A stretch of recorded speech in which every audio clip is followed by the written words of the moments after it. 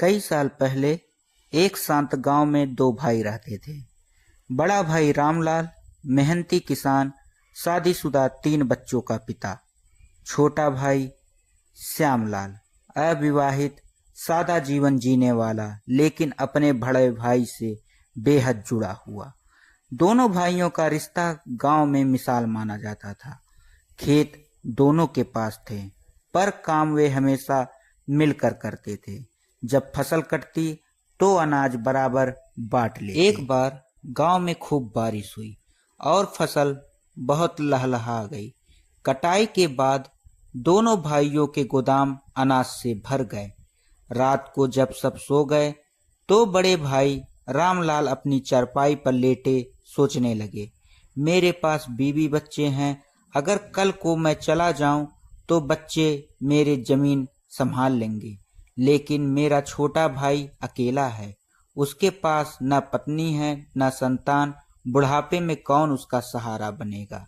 नहीं, मुझे उसका ख्याल रखना चाहिए।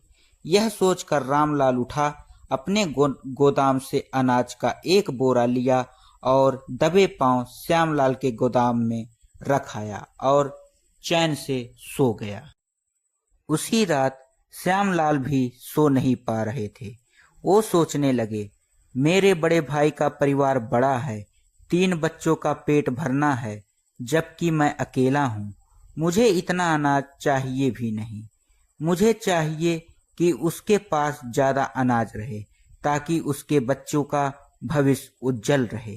श्यामलाल तुरंत उठा, अपने हिस्से का एक बोरा अनाज लिया और चुपचाप रामलाल के गोदाम में रख आया।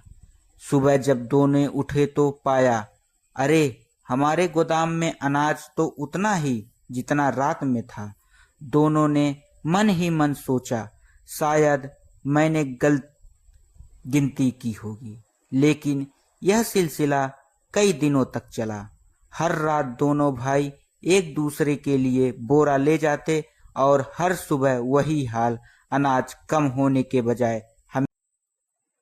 आखिरकार एक रात दोनों भाई बोरे उठाकर आमने सामने आ गए। चांदनी रात में जब उनकी नजरें मिली तो सारा राज खुल गया। दोनों के हाथों से बोरे गिर पड़े। वे दौड़कर एक दूसरे को गले लगाए, आंखों से आंसू बहने लगे। लेकिन ये आंसू दुख के नहीं, खुशी और प्यार के थे। रामलाल बोला, छोटे, मैं सोचता था कि तू अकेला है, इसलिए तेरे लिए अनाज रखना जरूरी है। श्यामलाल बोला, भैया, मैं सोचता था कि आपका परिवार बड़ा है, बच्चों का पेट भरना है, इसलिए मुझे आपको अनाज देना चाहिए। जब गांव वालों ने यह किस्सा सुना तो सब भावुक हो गए। किसान बोले, सच्चा भाई वही जो अपने हिस्से का त्याग कर दे। ये दोनों भाई तो हमारे गांव का गर्व हैं। कुछ साल बाद गांव के बुजुर्गों ने तय किया, जहां दोनों भाई मिले थे वहीं मंदिर बनाया जाए, ताकि आने वाली पीढ़ियां याद रखे कि त्याग और प्यार ही असली भगवान है।